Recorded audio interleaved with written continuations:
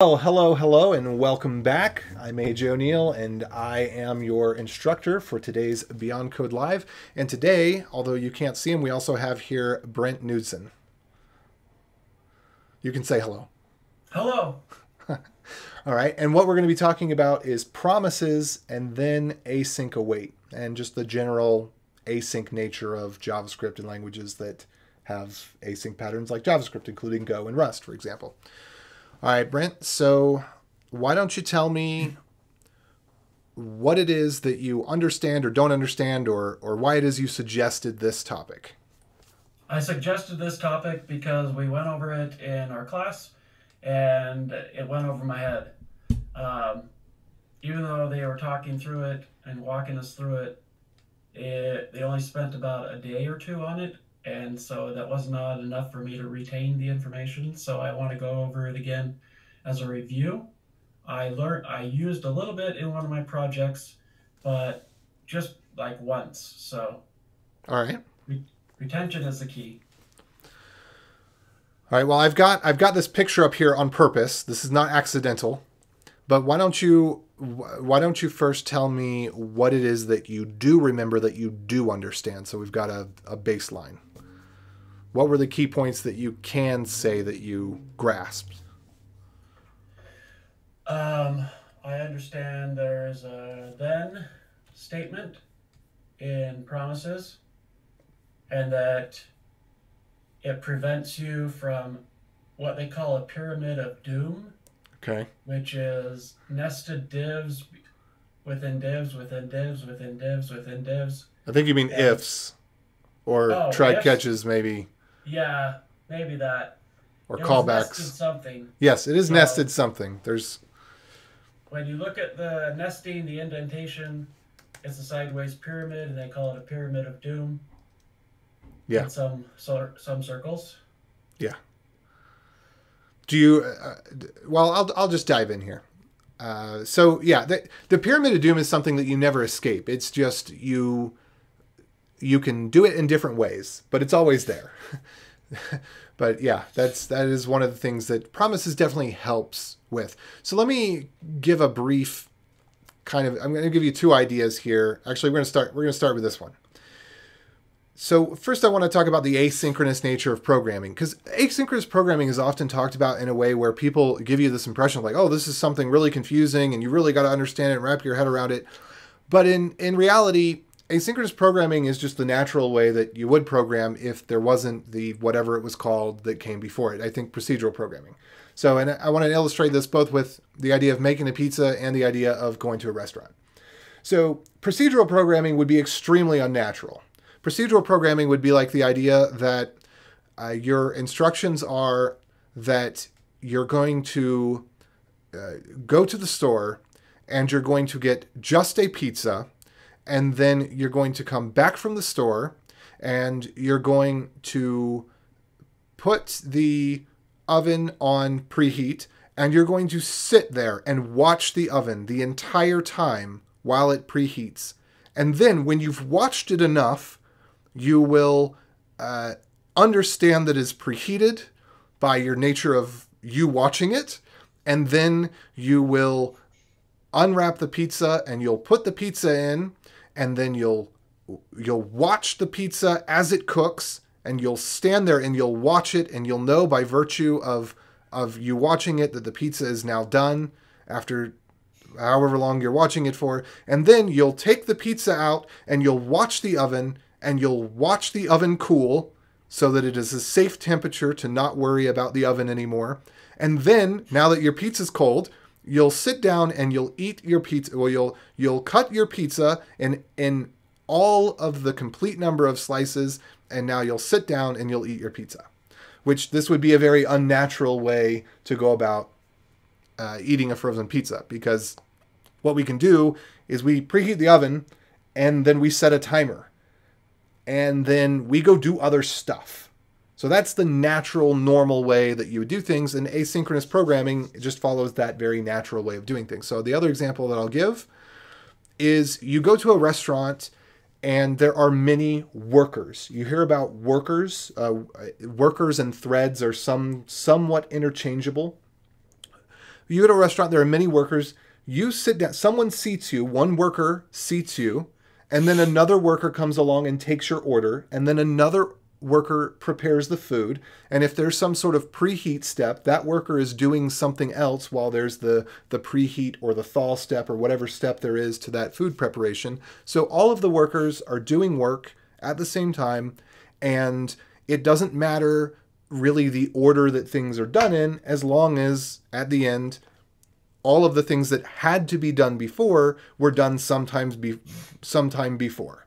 You know, it doesn't matter specifically that someone microwaves something before they cook the beans. You can cook the beans and you can microwave at the same time.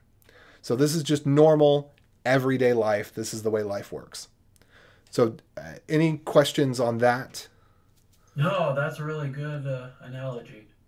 Okay, so this is what in the modern world is called asynchronous programming. But if we didn't have procedural programming before it, because computers were too rudimentary and dumb to be able to do multiple things at a time, so to give this some clarity, computers could not do multiple things at a time until 1986 or 7 or so. Around the time I was born was around the time that we had computers that could do more than one thing at a time. And so that legacy of programming in a way where things can't happen at the same time is just something that carried on from that oldness. So let me open up a JavaScript file here. I'll just call this x.js because I don't know what to call it. I've talked about the question of when before, and there are two questions of when. So let's put in here a preheat, and we'll put another thing in here. This is cook. Maybe we'll have another thing in here. This is unwrap pizza. So we can think of functions like steps. And the cool thing about a function is that it answers the question when. When I need to preheat the pizza, what do I do? So I'm just going to put some comments in here because I'm not actually programming an oven of any sort, but it's something like turn knob to temperature, set timer. That's it. That's all that the preheat function would do. So when I need to preheat something, what do? I use this function preheat. That's what I do. Okay. When I need to unwrap the pizza, or I don't know, maybe we call this instead prepare pizza, whatever. You know, what do I need to do? I need to open box. I need to cut plastic. I need to place on cardboard circle thing. And that's how I prepare the pizza. You know, if it's one of those nice pizzas like DiGiorno where the cardboard thing is included, or maybe I don't, depends. Some of them come with a cardboard thing and some of them don't. Some of them, if you put the cardboard in there, it just burn. Anyway, and then to cook pizza, let's be more specific. It's not just cook, it's cook pizza. I need to open oven, put on middle rack, and set timer. And there, we could actually get a little bit more detailed in this one. But typically when you cook the pizza, you set the timer and then you check and you see if the thing is golden brown. And if it's not golden brown, you set another timer, whether mentally or actually, for another 2 to 3 minutes. And then you peek and you check, is it golden brown? But these are basically our steps of, you know, the pizza. And this is very simple. We also, you know, what's going on otherwise? Well, in reality, there's another function that's watch TV, and that's the function that I'm, you know, let's call this, say watch TV in loop. And so watching TV is what I'm doing when I'm not doing these other things. So I go preheat, watch the show, prepare the pizza, put it in the oven, go back to watch the show, come back, check on the pizza. So, so far, so good on this? Yes. Very clear. All right. So what we have is these steps like set timer. That is another question of when. So the first question of when is, when I need to do X, what do I do? That's the function question when. But we have another question is, how do I know that X is done? When will X be done? And that is something that we don't necessarily know the answer to unless we're following the procedural model of I'm sitting and waiting and staring at the pizza until it is golden brown without using a timer. I'm staring at my pizza. It's not golden brown. I will continue to stare. So this would be really ineffective. So we set a timer. So we need something else to answer the other question of when. Because if we don't do that, then instead of watching TV in loop, we would have to have some sort of function where it is look at clock in loop, where I would just look at the clock. What time is it? Is that an important time? What time is it? Is that an important time? So we don't want to be doing that because we want to be able to be watching TV. So let's go ahead and we'll just delete that function because it's not a useful function. It's not really what we want to do. And let me expand this out a little bit because I can take up some more room here. So in JavaScript, one of the sad things about it is that in the 1990s, when it was conceived, it was really half-baked. And this is for a whole multitude of factors, but JavaScript was a scripting language on Windows back in the 90s. So just in the same way that you had VBA script and other scripting languages on Windows, JavaScript was on Windows, but JavaScript on Windows ran procedurally. Only in a browser did you have things like timers. And the timers were very rudimentary because this was not very long after the time when computers had just begun. We just developed processors that could do multiple things at a time. So the browser came along right at that time, and it was really clear that the browser needed to be able to do multiple things at a time, and we didn't have a lot of good constructs and programming languages for how to deal with doing multiple things at a time because computers hadn't been doing it very long. It was a relatively new concept. And so we got a set timeout function, but unfortunately, it didn't have any way to answer this question of when.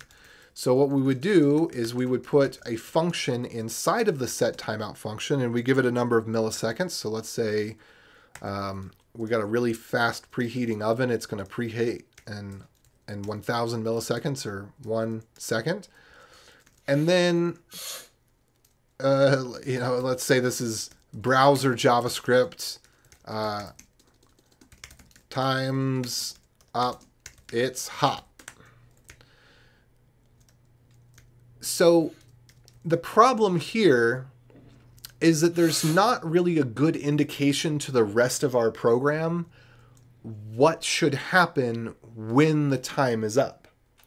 So what we have to do in this case is we have to put the next step inside of this timeout. And this is where the pyramid of doom starts to take shape. So now I need to have a prepare pizza function be called in here. But then how do we know when the pizza is prepared? What will happen next? And so maybe we need to put a function inside of here, and then we need to have this receive a function. And then we need to have a timer here as well, because something is going on there, and this wouldn't necessarily be a timer, but it's some work. A worker does this, and it doesn't even necessarily have to be me. It could be my wife or one of my kids might prepare the pizza, but something's happening which will simulate that something happening in this example with a set timeout. So that timeout needs to do something, and then it's going to call its function. And so here, then we need to say cook pizza is the next thing, but then we need to put a function inside of that. So this is the pyramid of doom that we're describing. So then this needs to take a function, a callback function, and then this one needs a timer. And then we're almost done here because this is kind of repetitive and you probably get the point. And then we need to be able to end up watching TV. So, at the end result, we get to maybe eat pizza. And then the last thing would be, continue watching TV. We just go back to that or whatever.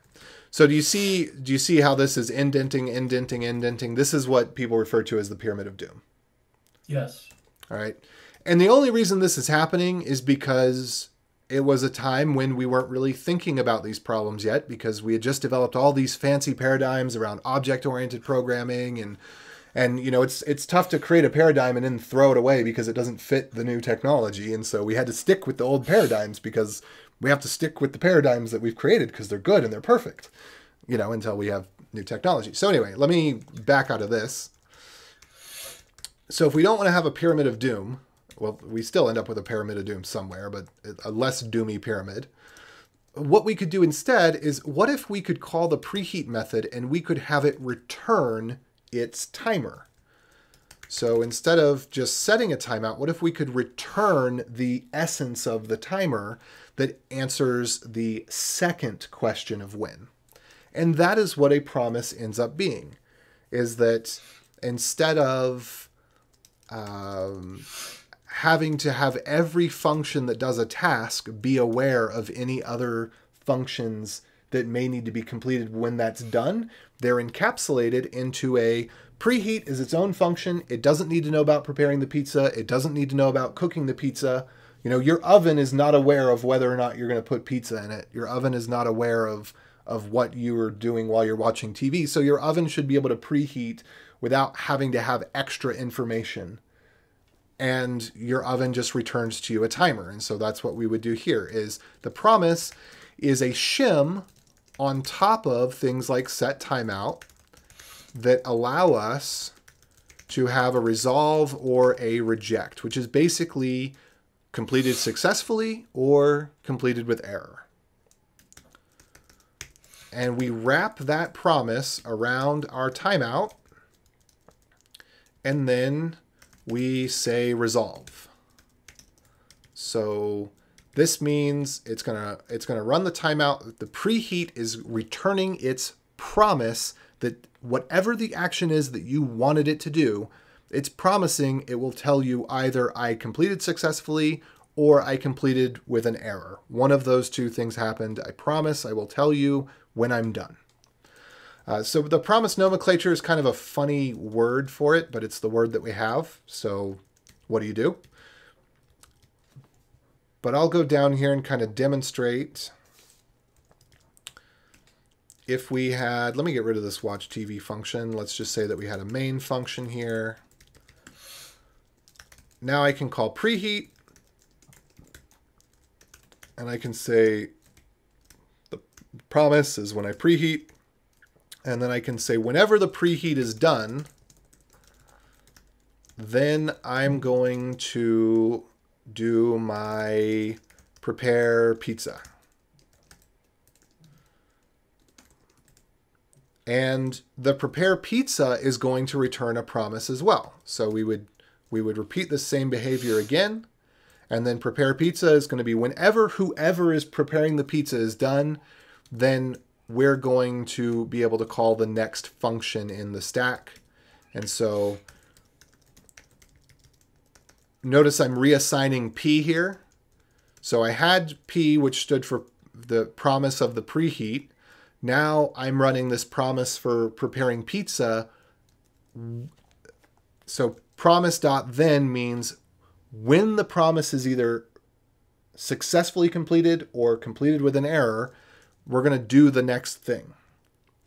So, and technically it would be .then and then .catch if there's a problem, which we actually don't need to worry about that because we'll worry about that at the end. But then this P is a promise that represents that the pizza was prepared. So now we've kind of basically just put, consider the Russian doll, boom, boom, boom, boom, boom.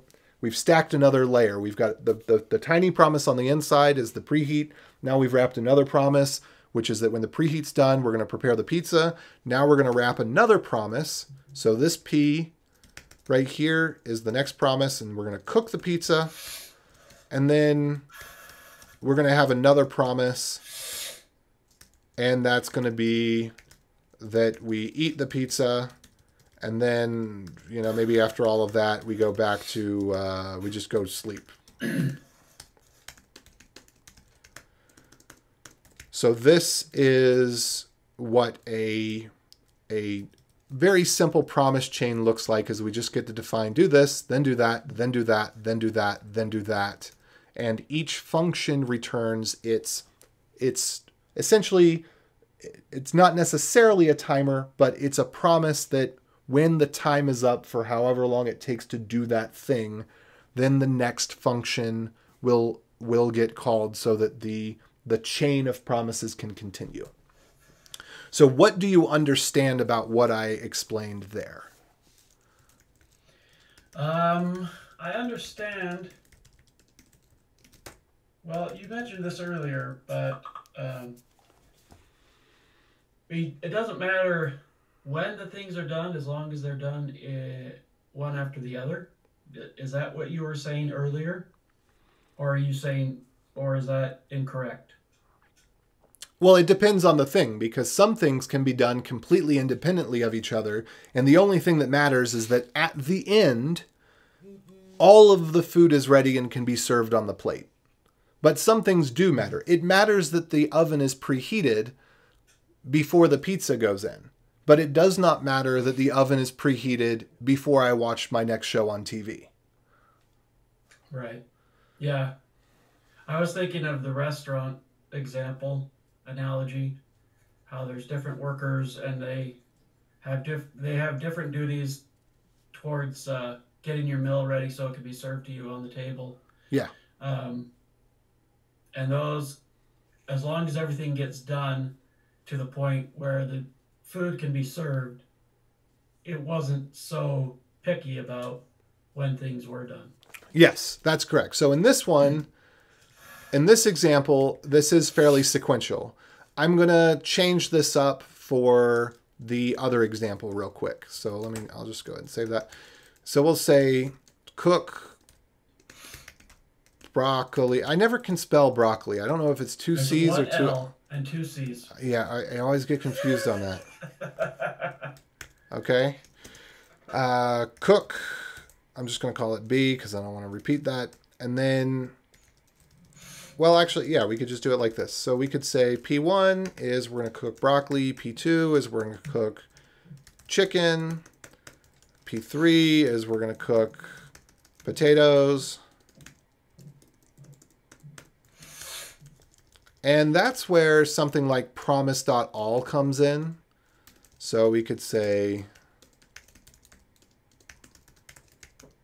P1, actually I think it has to be an array. So P1, P2, P3. So in this case, we're saying all of these things are completely independent. They might have steps inside that depend on one another. Like broccoli might have a step that is boil water, and that might take some time. But in terms of the high level, cooked broccoli is just its own thing. And cooked chicken might have a preheat step in it, but we could say it's its own thing. So it's I don't care how many steps you have to get this task done. If there's 5 steps inside, and if some things need to wait, if some things have to be done in order, all I care about is that of these 3 things that need to get done for me to put stuff on the plate, I just need to know when all 3 of them have completed successfully. And that's a promise.all. All right. Is that clear? Yes, that is clear. All right. So you can either sequence a promise, which is what I was showing before, which is kind of what the cooked broccoli might contain. Is it's got a promise for boiling water. It's got a promise for actually cooking the broccoli. It's got a promise for maybe letting the broccoli dry off or cool or something, whatever. So inside of these might be sequences of promises. Here we go. Now, any other questions about the concept of asynchronous programming or promises? Not right now, no. Okay. So do you think we're good to talk about Async Await then? Yes, let's go on. All right. So we'll talk about Async Await. Async Await is fairly simple in the sense that when you put async in front of a function, it guarantees that the return of that function is a promise. So in this particular case, I have to declare a new promise because I'm using an old 1990s timer API, and the 1990s timer API doesn't have promises. So I have to wrap it in a promise. If I had another async function, and let's say that this one just returns the number 42, because that's a good solid number. Then that's a stupid thing for Prepare Pizza to do, but just bear with me. If this actually ends up being that it returns a value immediately, if I have async in front of the function, it's going to wrap this in a promise. So I get to type it out like this, but then when it reads my code, it's going to rewrite my code and it's going to do this. Actually, that would just be like this. And this right here is also the exact same thing as if I were to do this. Let me...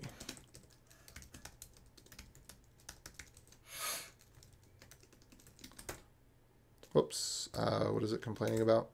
I did something. I'm missing a closing parentheses. There we go.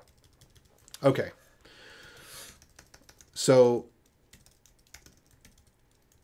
and let me just do like that. So if I put async in front of here, it's the same as if I didn't put async in front of here, and then I used one of these methods to wrap that number in a promise.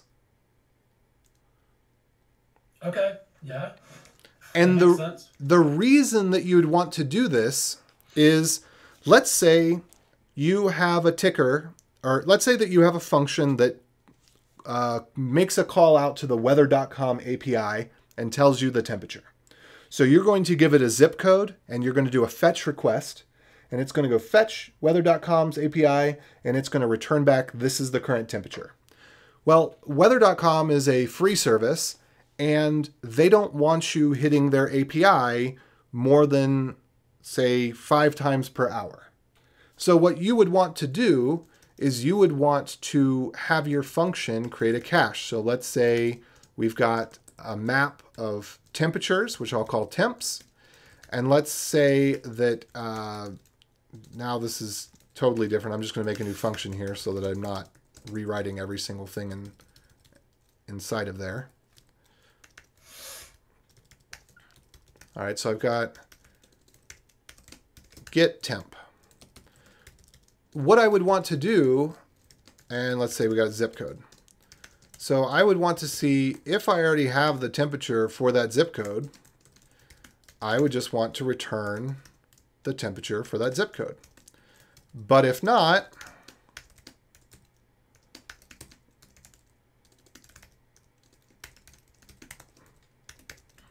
I would want to go get the temperature from weather.com. So does that make sense? Not quite. I'm wondering why. Okay, what were you doing before you got the temperature from weather.com up in return temps zip? Isn't that getting it from the API? Isn't that required for both options? So I often speak backwards because programming is, you worry about the final condition first. So let me try this again. Let's say I have a magic function that's going to do a fetch, and it's called go get temp from weather.com API. When that fetch is complete, that function returns a promise, and that promise allows me to specify that when I finally have the temperature, then I am going to put the temperature in my map or my dictionary of temperatures by the zip code. Does this part make sense? Yes. And I would actually, realistically, I'd need to put a timestamp in here as well. So I might have like a date.now, and I have to do some sort of date checking, but we'll just know that that would have to happen for this to be an effective cache. So I'd like and not stale.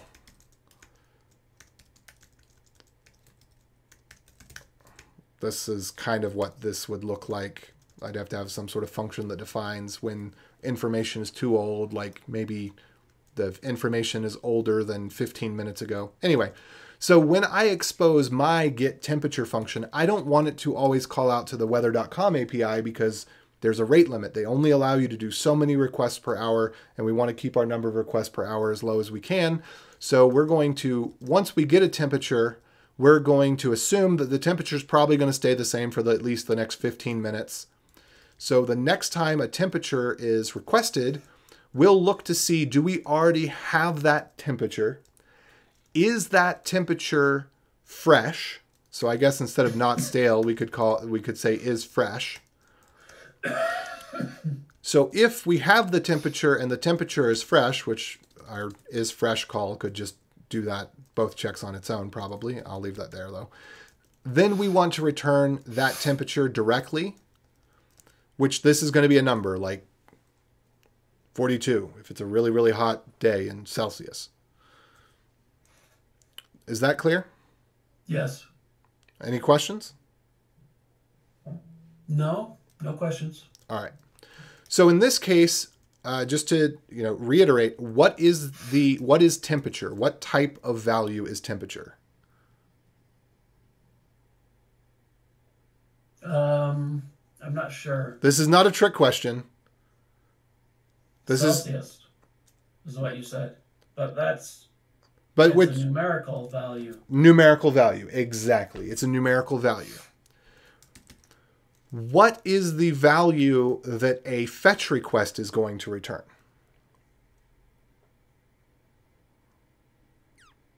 A string? No. A fetch request is going to return a promise. So the temperature here is a literal value. It's literally the value 42. It's actually the value 42. But if I go do this, let me do this a different way. So let me do var p equals here. And this actually should have been returning the temperature, of course. Well, I guess it could just return it that way. There we go. So anything that's going to take time that we don't know when we're going to get the answer, that should be returning a promise. So when we use fetch, that's going to return a promise. It's not going to return an actual value because we don't know what the value is yet. It's kind of like when the waitress asks, how would you like your meat? And you say, I'd like it medium rare. We don't know at the time that we're speaking to the waitress what the state of the meat is going to be because it's not cooked yet. So we can't, at that time, we can't say, no, this is too well done, or this is not well cooked enough, because we've only told her that we want meat. We have not received it, and we don't know when we'll receive it. It'll probably be within 15 minutes or so. So that's what this is. The waitress gives you a promise that you're going to get some meat, but she doesn't give you the meat. She gives you a promise that you will get the meat.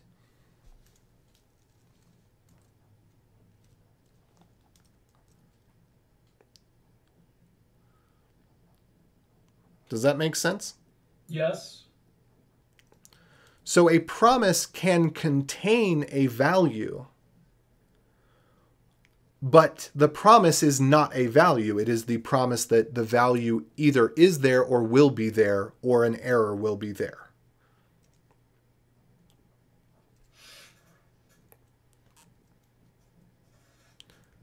So in this function, it would be really bad if sometimes I return a value and sometimes I return a promise.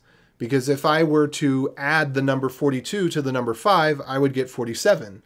If I were to, and we'll actually just do this real quick.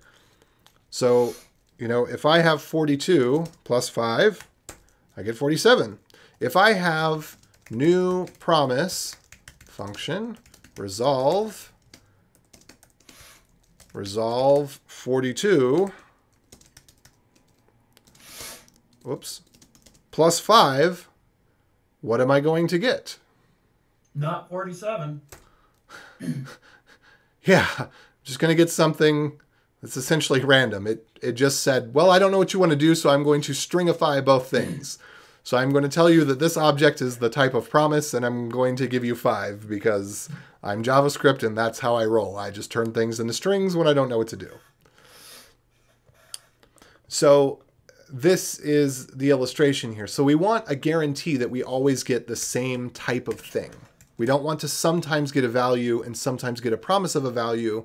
If we ever could get a promise of a value, we need to always get the promise, because then we can do our add 5 inside of the function, the then function of the promise.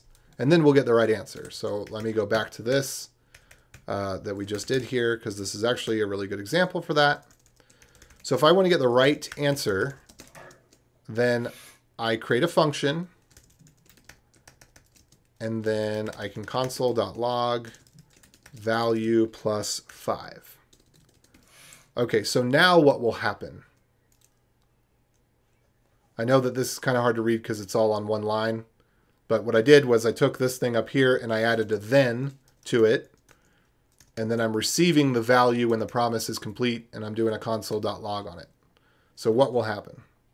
We should get the answer that we want or we're expecting. Exactly. So let me see if I can... There we go, like that. And indeed we do. So now we get 47. So we cannot mix a promise and a value, but we can use a value that's contained in a promise. All right. So is that clear? Yes.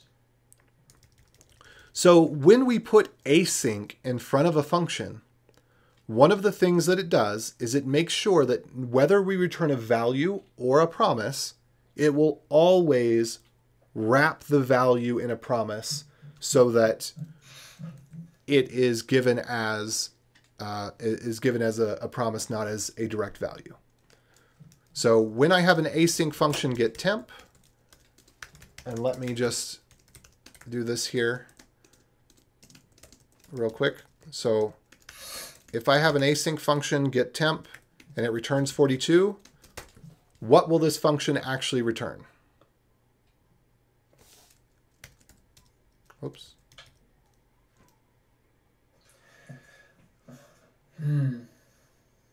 Good question. So let's go check it out. So first, actually, let me cancel that out. First, let's just do a regular function. Actually, this is really good. We'll call it get random.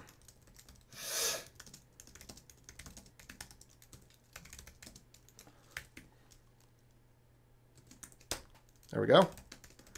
So we'll call get random. What are we going to get? Don't cheat. Don't look. 4. Yeah, so let's call get random, and we're going to get back a 4 as a value. It's an actual literal value 4. So let's take that same thing, but now we're going to put async in front of it. Async get random, return 4. Now if we call get random, what are we going to get?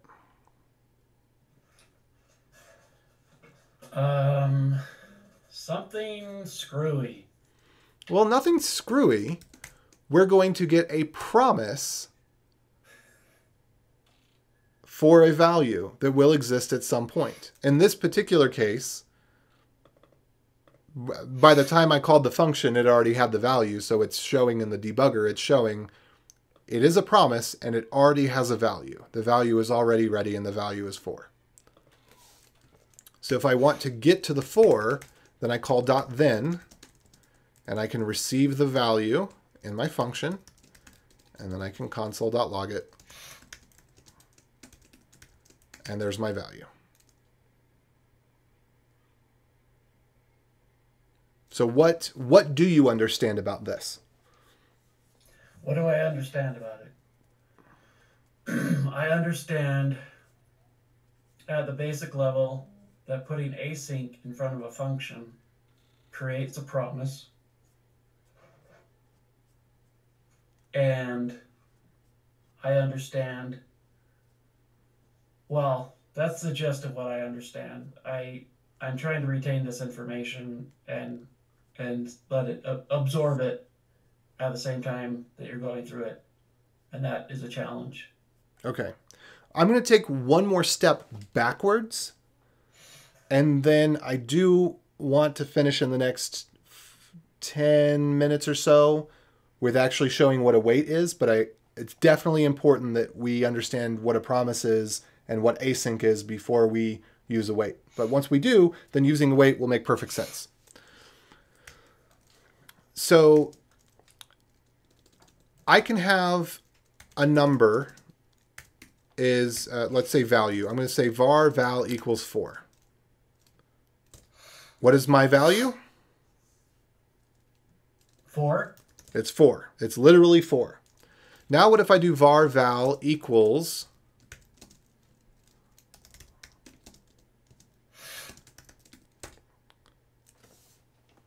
now I still have 4 as part of my value. I have var val equals and then an object, and then lucky is assigned 4. So 4 is still there, right? Right. But can I add val plus 5? No. Why not? Because it's not just 4. It has something in addition to 4. Okay, what does it have in addition to 4? It has a key or part of a key value. Yeah, so it's a map or a dictionary or a key value hash, whatever you want to call it, right? Right. Okay, so now let's say that instead of calling it lucky, I'm going to call it value equals 4.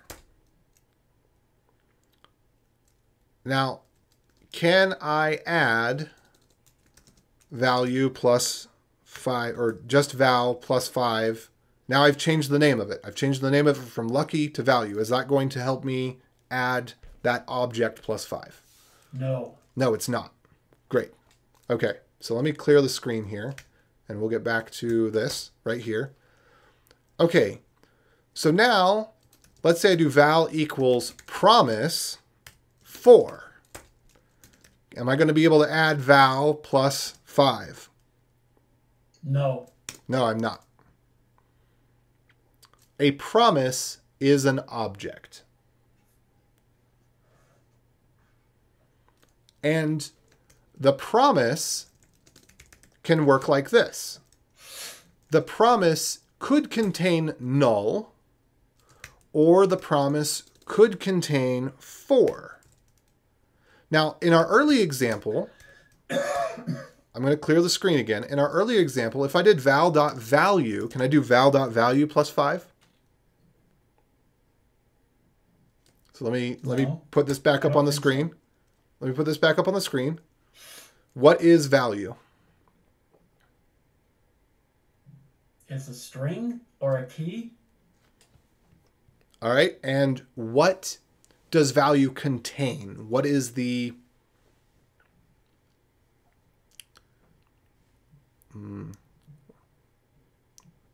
Yeah, I'm trying to think of the way to express this. Because you're right. Literally, value is a key, but it is a key that references what? A number. Specifically, it references? A value. Well, right, but it references the number 4. Yes. So I can do val.value plus 5. Right. But I cannot do val plus 5. Or I can, but it doesn't give any meaningful result. So is this clear now? Yes. All right. So a promise is an object, and the promise will contain a value. But the value might be nothing for some amount of time, or the value might be an error,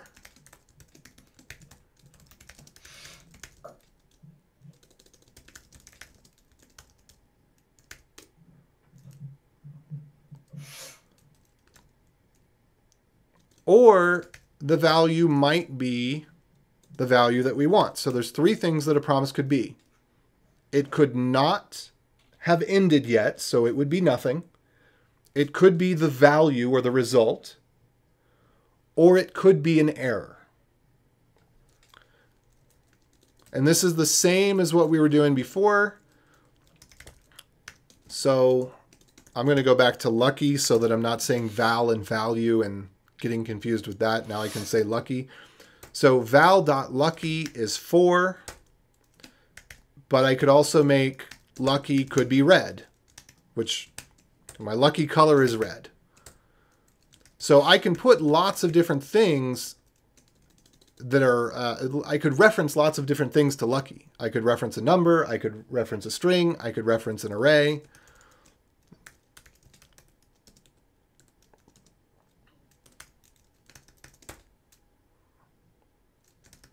And likewise, a promise, I mean, this is not what a promise is. I'm typing promise out here for illustrative purposes. I just want to be clear. I'm not typing an actual promise. I'm calling this promise so that we can talk about it more easily. Is that clear? Yes. Okay. So the promise could be nothing. The promise could be the value. The promise could be the error. Okay. A promise is an object. That's real. And the promise has a function in it that is called then.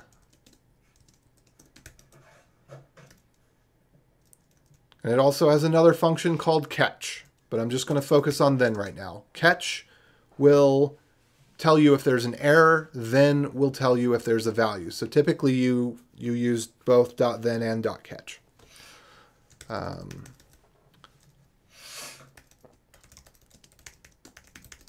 So this is kind of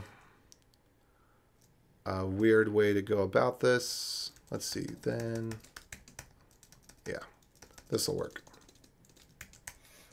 So this is kind of what a promise is right here. So I created this object, I gave it a promise, which is 4, and I gave it a function, which is called then. So if I do val.then, and I pass it a function, what is that function going to receive? I believe it should be 4, but I'm not 100% positive on that. Yep. Whoops. I didn't want to do that. Let me try to undo that. Nope. What the heck just happened? Let me try to get this back in screen here.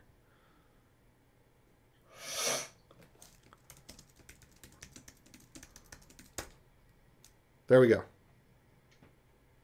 So that is essentially what a promise is. It has a function that's called then that returns whatever the value of the promise is, but the then function, when you call the then function, the key thing is that it calls back only when the promise is resolved or rejected, meaning only when the value is there or when the error has happened. So, just to clarify, a promise has a function called then that returns the value? Is that what you said? Well, I may have said that, but the more precise way to say it is it has a function then which accepts a callback function, and it calls that function with the value when the value is available. So this is like the waitress. The waitress comes back with the food when the food is available. The waitress may come by your table 10 times while she's going and doing other things and servicing other people. She comes to your table with your food when your food is ready. So the then function is essentially the waitress. The then function is you can raise your hand. That doesn't make the waitress magically appear, but it will send a signal to the waitress that when she is available, she will come to you to deliver what it is that you requested or take another request.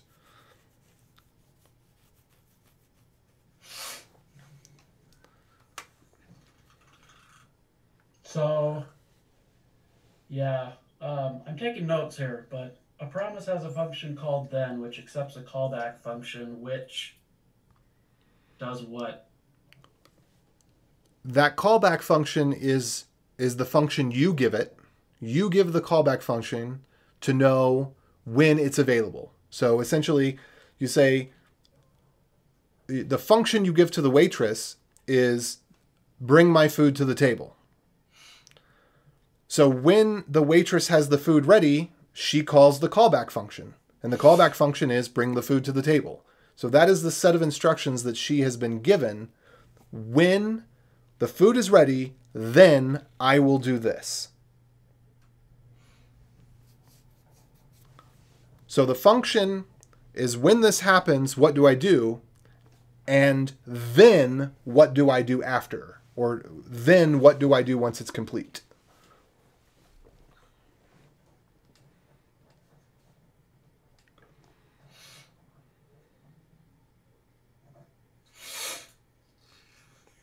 All right.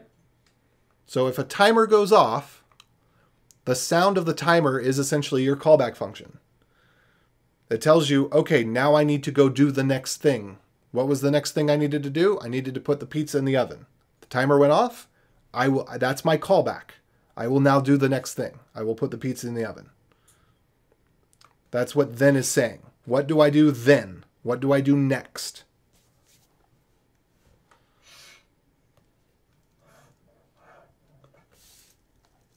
Callback is saying, what do I do next? Yes.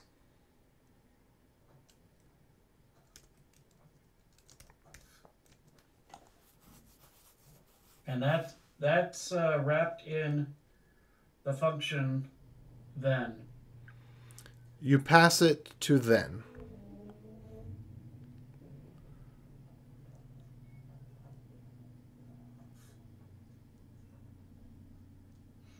So syntactically, what does that look like? Well, it looks just like what we've been doing. So let me see if I still have a then function anywhere here. Yeah. So my go get temp from weather.com function returns a promise. I call promise.then with a function. When the temperature is ready, then my function gets called with the temperature. All right. So we could say when X is ready, then my function is given X. When the temperature is ready, then my function is given the temperature. When my food is ready, then my function is given the food. When my timer is ready, then my function is given, well, nothing, because a timer doesn't have anything to give, but my function is called. Right. Okay. And then the last piece here, which in 2 minutes we won't have time to really cover, but I'll see what I can do here. When you have an async function and you're using promises inside that function, only inside of an async function, you can use the keyword await. And the keyword await will unwrap a promise so that you can get the value without calling a function. And I'll show you what that looks like when you're ready. Go ahead. Okay. This one is not as good of a one to do that with, maybe. Let me take a second to see what I need to modify here.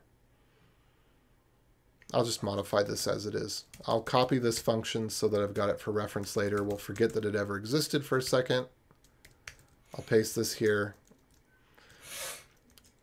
So what I can do, I'm going to remove the stuff that I wanted to do when my function is given the temperature. I'm going to move that out of here so that it's not in the way, so it's not cluttering our view. So let me move these things and move these things. This is what we're focused on.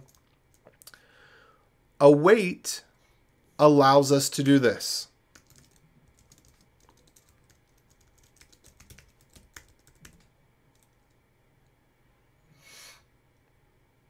So I'm going to go back.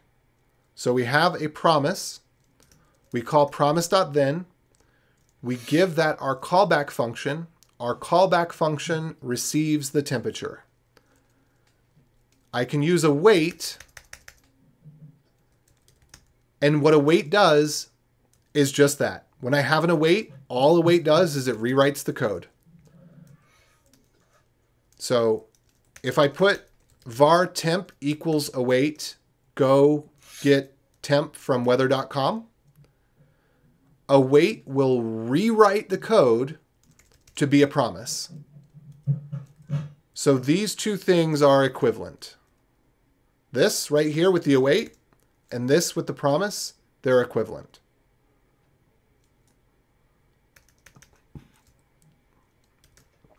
So now the code looks almost as if it's procedural.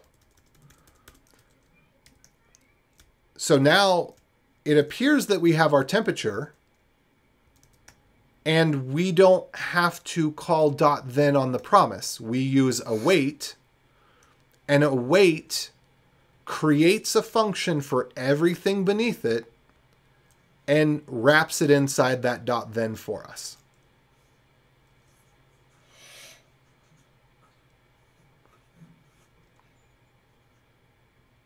You showed the two different ways to write it. Would it be possible, without breaking your code, to have those one on top of the other? So visually I can make a comparison. Does that make sense? Let me just make a copy and paste here. Yeah, that's a good idea.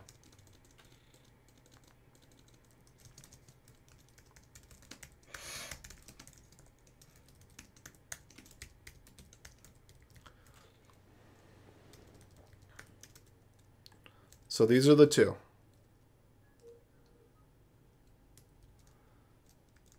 So await is what we call syntax sugar, meaning that it just rewrites the code to look like something else. These are doing the exact same thing. Go get temp from weather.com returns a promise. Await does the work of calling .then on the promise and wrapping everything underneath of it in a promise. I see. And this takes us to that special case I talked about with for loops before. For loops can be awaited, which means that what it will do is, remember earlier when we had that chain of events where P equals P dot then, P equals P dot then, P equals P dot then, P equals P dot then? Yes. When you use await on a loop, that is what it does. When you use await on a single item, it uses one P dot then. When you use an await on a loop, it creates a P dot then for every single iteration of the loop.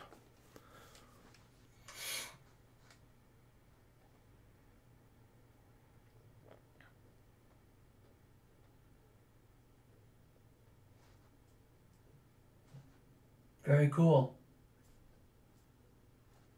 So what did you understand? What did I understand?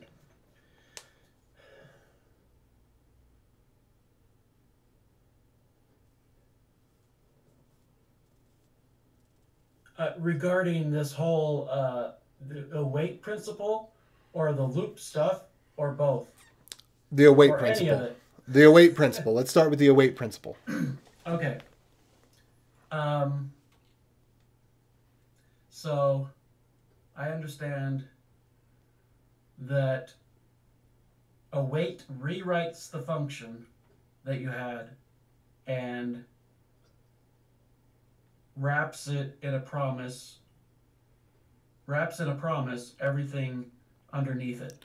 Well, it wraps in a dot then. Because it already is wrapped in a promise, the await is wrapping the dot then. Or you could say it is unwrapping the value of the promise.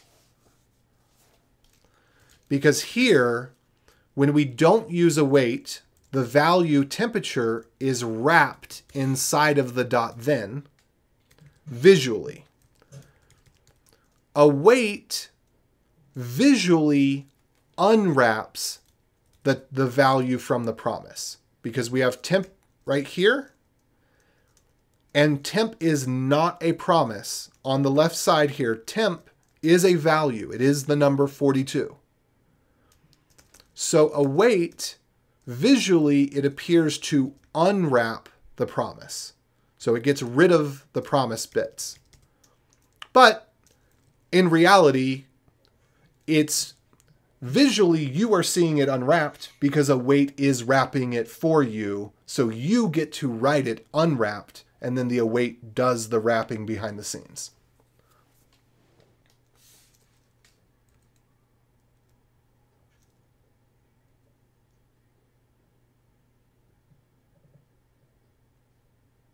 What part of that did I understand? Is that your question? Yeah. Is that what you're thinking? Yeah. I'm learning your patterns here.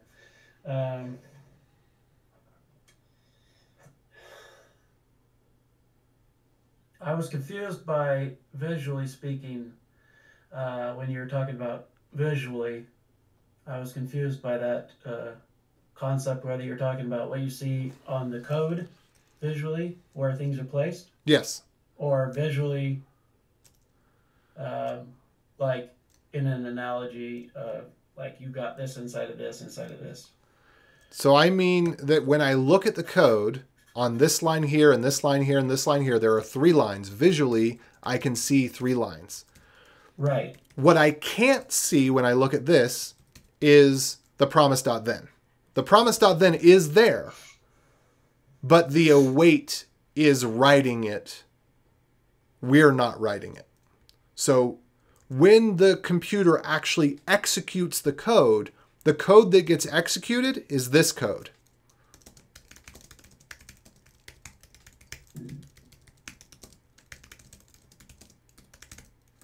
So this is the code that we write with await, and this is the code that the computer actually executes. Okay. That's what I meant. So visually, it appears that await is unwrapping the promise, because when we write the code, the promise is unwrapped. I put await in front of a promise, the promise is unwrapped, and I get back a value. I'm saying unwrapping because the object, before we had that object and lucky number 4 inside of the object, number 4 was wrapped inside of lucky. And then later on, we showed that number 4 was wrapped inside of a value that we called promise for illustrative purposes. When there's a promise, the value is wrapped inside of the promise. Await unwraps the value. So we get to write code that looks like this, and the computer is executing code that looks like this. Okay. That makes more sense. When there are multiple awaits, so I'm just going to copy this again for the sake of being able to show multiple.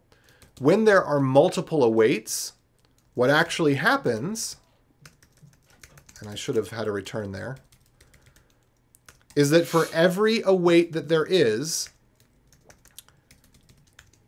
when it's executed, it's wrapped 1 layer deeper. So what we'll see when we do this is something like this. If I run this 3 times, I see it 3 times here.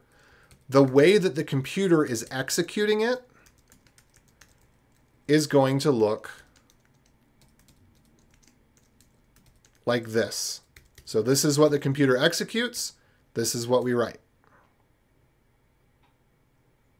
I see. Okay. So every single time you have an await, that means that the code that will actually get executed is indented 1 more step. So if you have 10 awaits, it means that it's 10 deep.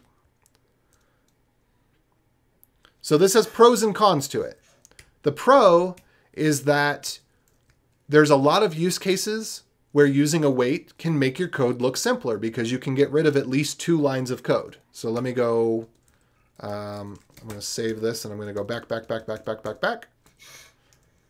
So when we look at just these 2 things side by side, 1, 2, 3 lines of code, 1, 2, 3, 4, 5 lines of code.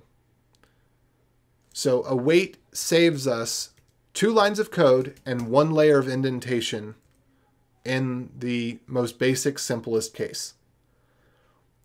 If it's really complex, and I did that, whoops, I did that a number of times. Let me go get back to where it was.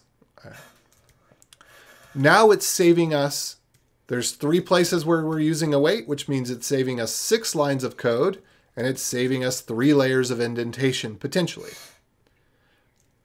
Now before, what I showed you was that you don't actually have to have this all indented. We could have, what I showed before was like this, where we did p equals p, or yeah, p equals p dot then. Yeah, I remember that. Yeah, so this is also the same. This is just without the quote-unquote pyramid of doom. If you want it to not have a pyramid of doom, then you can write it this way. So these things are still equivalent, and now it's a little bit easier to see how equivalent they are because it's just easier to see. And then we would have to, at the end, we'd have to return P to return the promise. Don't want to forget that step. That's pretty important. So that's the difference between the two. It's just a matter of how you structure the code and what it looks like. So the upshot of await is that it makes your code look a lot less indented and can look a lot cleaner if you're using it well. I've seen people use await in ways that don't work very well. Another bit of await is that await will throw errors. So if any of these has a promise rejection, it will basically throw and get rejected right then. So the function that calls this .getTemp would call .catch, and I recommend using .catch with await. This is not something people commonly do, but this makes your code a whole lot cleaner, because what I see people do is they end up with the same pyramid of doom. This is why I say the pyramid of doom is always there. It's just a matter of where you handle it, because you'll see people do this with await, where they've got a try catch, and then they have another try catch, and then they have another try catch, and then they have another try catch. And so you end up with the same pyramid of doom. Oops, I did some sort of syntax error there, so it didn't actually register. But you end up with the same pyramid of doom. It's just the pyramid is in a different place. So people will write async await and it'll look like this. And it's like, well, that's not any better than the promise was. In fact, this is probably more complex than the way the promise was. I'm missing something there. Like this, maybe? What am I missing? Anyway. So this is a topic for another time. I won't go into it any deeper right now. But if you're using await, it is still good to use .catch because you can write clean code that way. If you don't, then you'll end up writing, your pyramid of doom will just shift from being a callback pyramid of doom or a promise pyramid of doom to a try-catch pyramid of doom. So, and if you want to write clean code, it's important to understand where the complexity is so that you can manage it, not so that you can pretend like it isn't there. And this is the downside of await. This is why I think await is very dangerous. If you do not understand what await is doing, you are not solving problems and you're not saving yourself any headache. You are simply putting the problem in another place. You're kind of sweeping it under the rug for it to come back and bite you later. So I actually recommend not using async await until you understand promises. Just use promises.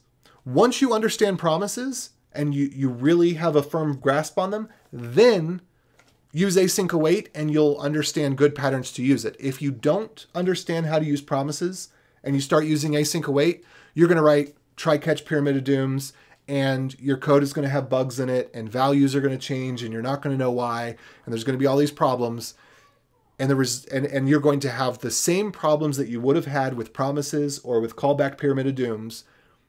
You're just going to be under the impression that somehow you shouldn't be having them, but again, the reality is that you didn't learn how the promise works. You did not understand the nature of the wrapping and the unwrapping of the value and the delivery of the value on time as it happens. That is very good to know. Yeah.